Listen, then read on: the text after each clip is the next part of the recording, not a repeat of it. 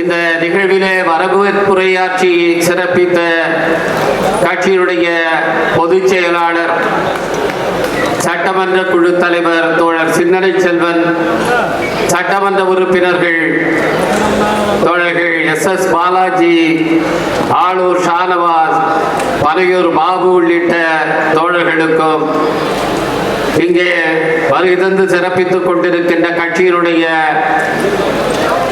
மூத்த நிர்வாகிகள் தோழர் பாவரசு, வன்னியரசு உள்ளிட்ட அனைத்து தோழர்களுக்கும் என்னுடைய பணிவார்ந்த வணக்கத்தை தெரிவித்துக் கொள்கின்றேன்.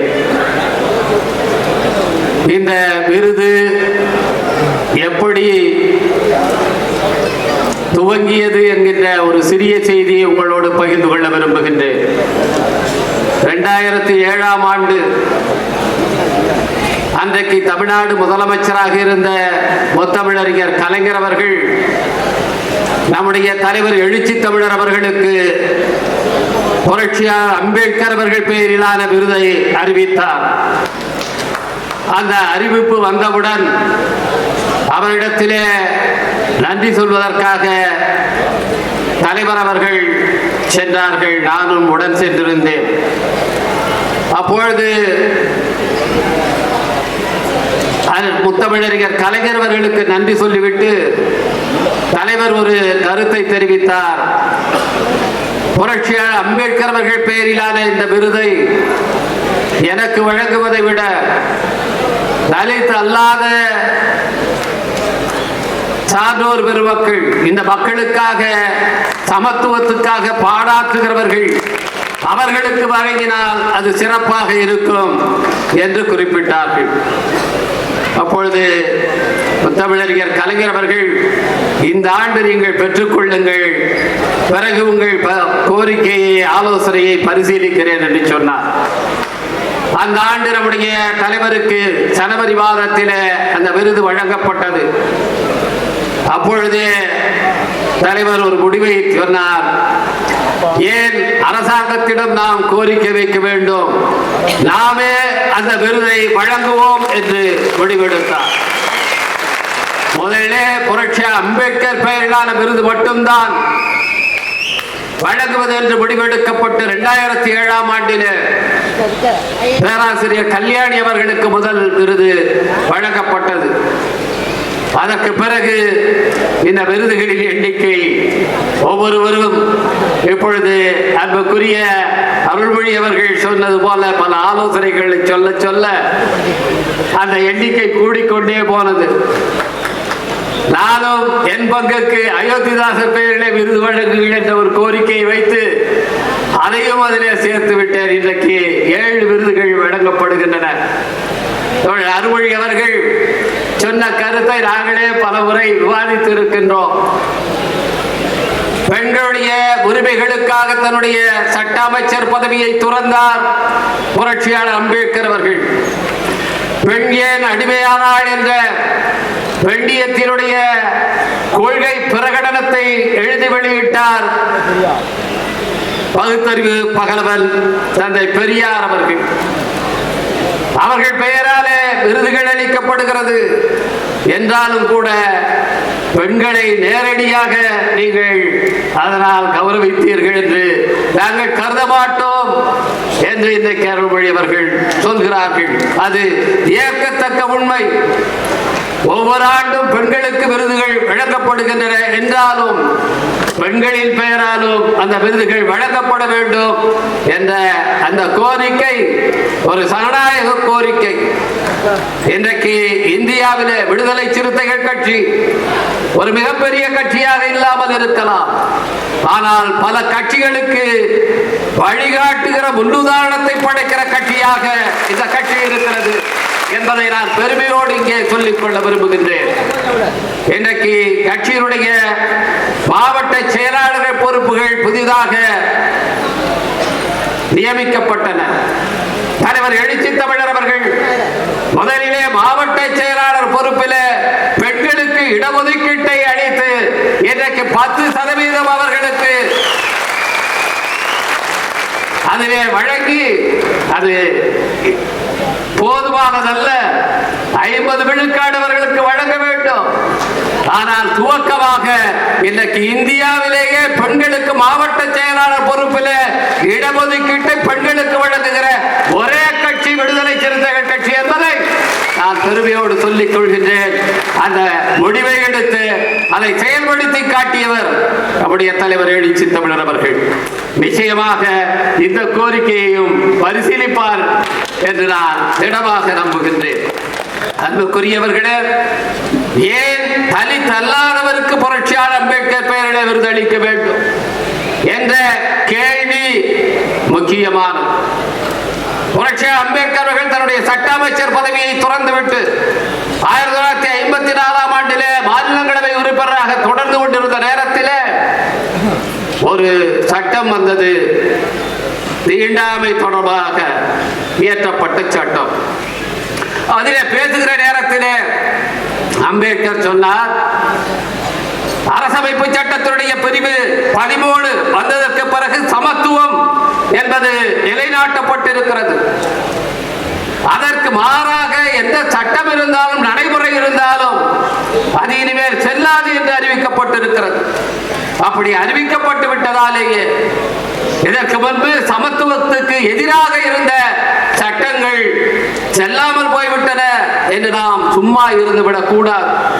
நாம் சட்ட அமைச்சராக இருந்த போது எந்தெந்த சட்டங்கள் எல்லாம் அப்படி சமத்துவத்துக்கு எதிரான அந்த சட்ட பிரிவு 13க்கு எதிராக இருந்தனவோ அவற்றையெல்லாம் அடையாளம் கண்டு அவற்றையெல்லாம் நான் நீக்கினேன், அவற்றை செல்லாது என்று அறிவித்தேன்.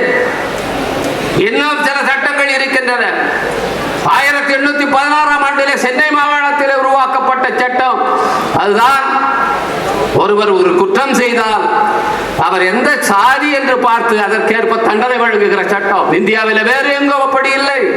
அது சட்டமாகவே இங்கே இருந்தது. பிரிட்டிஷ் ஆட்சி காலத்தில் 1816ஆம் ஆண்டில் இயற்றப்பட்ட அந்த சட்டம், தாழ்த்தப்பட்ட சமூகத்தை சேர்ந்தவர்கள் ஒரு குற்றம் செய்துவிட்டால், ஒரு தவறு செய்துவிட்டால் அவர்களை தொழுக்கட்டையிலே போட்டு பூட்ட வேண்டும். ஆனால் அதே குற்றத்தை மற்ற சமூகத்தவர் செய்தால் அந்த தண்டனை கிடையாது. இந்த தொழுக்கட்டை தண்டனையை ஒழிக்க வேண்டும் என்று அயோத்திதாச பண்டிதர் பலமுறை தன்னுடைய தமிழ்நாட்டிலே வாதாடி இருக்கிறார், போராடி இருக்கிறார். அந்த சட்டம் நீக்கப்படவில்லை. இந்தியா சுதந்திரம் அடைந்தும் நீக்கப்படாமல் தொடர்ந்தது. எப்படி கிரிமினல் ட்ரைப்ஸ் ஆக்ட், குற்றப்பரமுறை சட்டம் தொடர்ந்ததோ அதுபோல தொடர்ந்தது. அதை நீக்க வேண்டும் என்று 1954 சுட்டி காட்டி அதை நீக்க செய்தவர் புரட்சியாளர் அம்பேத்கர் அவர்கள். அது ஏன் நீக்கப்படாமல் இருந்தது? ஒரு சமூகத்தினருக்கு ஒரு தவறு இழைக்கப்படும் போது, அவர்களுக்கு மட்டும் அநீதி இழைக்கப்படும் போது மற்றவர்கள் ஏன் பார்த்து கொண்டிருந்தார்கள், வேடிக்கை பார்த்தார்கள், அதற்கு எதிராக குரல் எழுப்பாமல் இருந்தார்கள்? அவர்களுடைய மனசாட்சி ஏன் உறங்கிக் கொண்டிருந்தது? அதை தட்டி உதுப்ப வேண்டிய தேவை இருக்கிறது. அப்படி மனசாட்சி விழிப்படைந்து நம்முடைய திரைக்கலைஞர் பிரகாஷ் ராஜ் அவர்களை போல, இங்கே மேடையிலே இருக்கிற பெருமக்களை போல மனசாட்சியின் குரலை செவிமடுத்து நீதிக்காக போராட முன்வருகிறவர்கள், வாதாட முன்வருகிறவர்களை நாம் அங்கீகரிக்க வேண்டும். அதற்காகத்தான் நம்முடைய தலைவர் எழுச்சி தமிழர் அவர்கள் இந்த அம்பேத்கர் சுடர் விருதை உருவாக்கி தொடர்ச்சியாக இன்றைக்கு 2024ஆம் ஆண்டு வரை தலித் அல்லாத சமூகத்தினருக்கு அதை வழங்கி வருகின்றார்கள். இன்றைக்கும் என்ன நடக்கிறது? ஒரு நீதி அரசர் ஒரு தீர்ப்பு அளிக்கிறார். இப்பொழுது நாட்டிலே பிராமணர்கள் சாப்பிட்டு போட்ட எச்சியல் இலையில பட்டியல் சமூகத்து மக்கள், மற்ற பிற்படுத்தப்பட்ட மக்கள் போய் படுத்து உருள வேண்டும். அப்படி உருண்டால் உங்களுக்கு புண்ணியம் கிடைக்கும் என்ற ஒரு நடைமுறை நாட்டிலே இருந்தது. 2015ஆம் ஆண்டில் நீதியரசராக இருந்த திரு மணிக்குமார் அவர்களும் இன்னொரு நீதியரசரும் சேர்ந்த அமர்வு அது தொடர்பான வழக்கிலே தீர்ப்பளித்து அந்த நடைமுறையை ரத்து செய்தார்கள், தடை செய்தார்கள். இன்றைக்கு மீண்டும் அது அடிப்படை உரிமை. அப்படி புரள்வது ஒருவருடைய அடிப்படை உரிமை. அது மதத்தினுடைய அங்கமாக இருக்கிறது. எனவே அந்த முறையை திரும்பவும் நடைமுறைப்படுத்த வேண்டும் என்று சொல்லி மீண்டும் இதே தமிழ்நாட்டிலே எச்சில் இலையிலே பிராமணர்கள் சாப்பிட்டு விட்டு போட்ட எச்சில் இலையிலே மற்றவர்கள் படுத்து புரள வேண்டும் என்று நீதி அரசர் இன்னைக்கு தீர்ப்பளிக்கிறார். அண்மையிலே மோகன் கோபால் என்கிற மிக புகழ்பெற்ற வழக்கறிஞர் ஒரு கருத்தை தெரிவித்தார். அரசமைப்பு சட்டத்தை ஒழித்து விடுவார்கள் என்று நாம் சொல்லுகிறோம், அதை ஏதோ அழித்து விட்டு வேற ஒன்றை கொண்டு வருவார்கள் என்று நாம் எதிர்பார்த்துக் கொண்டிருக்க வேண்டாம். அரசமைப்பு சட்டத்தை அவர் ஒழிப்பார்கள். எப்படி ஒழிப்பார்கள் என்றால் அந்த சட்டத்துக்கு வேறு விதமான வியாக்கியானங்களை சொல்லுவதன் மூலம், அதை வேறு விதமாக இன்டர்பிரேட் பண்ணுவதன் மூலமாக அரசமைப்பு சட்டத்தை ஒழிப்பார்கள் என்று எச்சரித்தார்.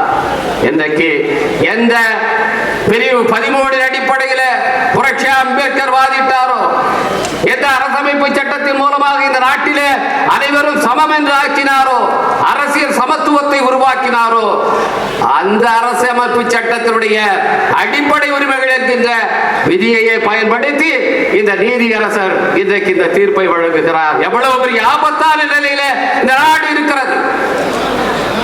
இன்றைக்கு ஏன் இதை எதிர்த்து ஒரு பொது சமூகம் கொதித்தெழவில்லை?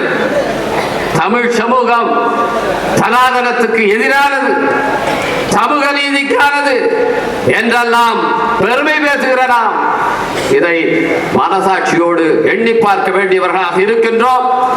அத்தகைய மனசாட்சி கொண்டவர்கள் தான் இன்றைக்கு இருக்கிறார்கள். இதை எதிர்த்து குரல் கொடுத்திருக்கிறவர் நம்முடைய ஆசிரியர் ஐயா அவர்கள். என்றைக்கும் சமூக நீதிக்கு எதிரான ஒரு செயல் நடைபெறுவதால் முதலிலே கண்டித்து குரல் எழுப்புகிற இடமாக பெரியார் திடல் இன்றைக்கும் இருக்கிறது. அது நமக்கு மகிழ்ச்சி. ஆனாலும் எல்லோருமே எதிர்த்து பேச வேண்டிய நேரம் இது. இதிலே நாம் மௌனம் காக்க கூடாது. அதைத்தான் வெளிப்புற பேசுகிற நம்முடைய திரைக்கலைஞர் பிரகாஷ் ராஜ் அவர்கள் இன்றைக்கு நமக்கெல்லாம் சொல்லிக் கொண்டிருக்கின்றார். அவர் கட்சியை சேர்ந்தவர் இல்லை, ஆனால் எழுத்திருக்கிற அந்த நிலைப்பாடு ஒரு அரசியல்வாதியினுடைய நிலைப்பாட்டை விட துணிச்சலானது. அதனால்தான் நம்முடைய தலைவர் அவர்கள் இந்த ஆண்டு அவரை தேர்ந்தெடுக்க வேண்டும் என்று சொன்னார்கள். எனவே அத்தகைய மகத்தான ஆளுமைகள், மனசாட்சியை உள்ள ஆளுமைகள், சமத்துவத்துக்காக குரல் கொடுக்கிற ஆளுமைகள், அவர்களை இங்கே நாம் பெருமைப்படுத்தி விடுதலை சிறுத்தைகள் பெருமை கொண்டிருக்கின்றோம். அவர்களுக்கெல்லாம் என்னுடைய வாழ்த்துக்களை, பாராட்டுக்களை, வணக்கங்களை தெரிவித்து எனக்கு பேச வாய்ப்பளித்த தலைவர் எழுச்சி தமிழர் அவர்களுக்கு நன்றி கூறி அமைகிறேன். வணக்கம்.